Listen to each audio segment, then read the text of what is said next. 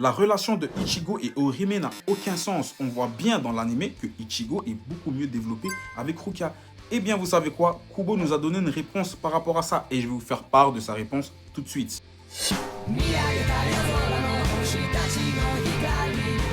Nous le savons bien que la première partie de Bleach est la partie qui a subi le plus de changements entre l'anime et le manga. Tout ça parce que Kubo nous cite que de base, l'anime de Bleach était censé couvrir que la première partie de l'œuvre, sans plus. Donc, le studio d'animation a trouvé ça bon, sans concerter Kubo, de développer la relation entre Ichigo et Rukia parce qu'il n'aurait pas eu le temps de développer une bonne romance entre Ichigo et Orihime. Donc, quand le studio d'animation a décidé de continuer à adapter Bleach dû à son succès phénoménal, et que Kubo a décidé de s'impliquer davantage dans l'anime à partir de l'arc Arrancar, c'est à ce moment-là que la relation entre Ichigo et Orihime a commencé à bien se développer comme c'était prévu dans le manga.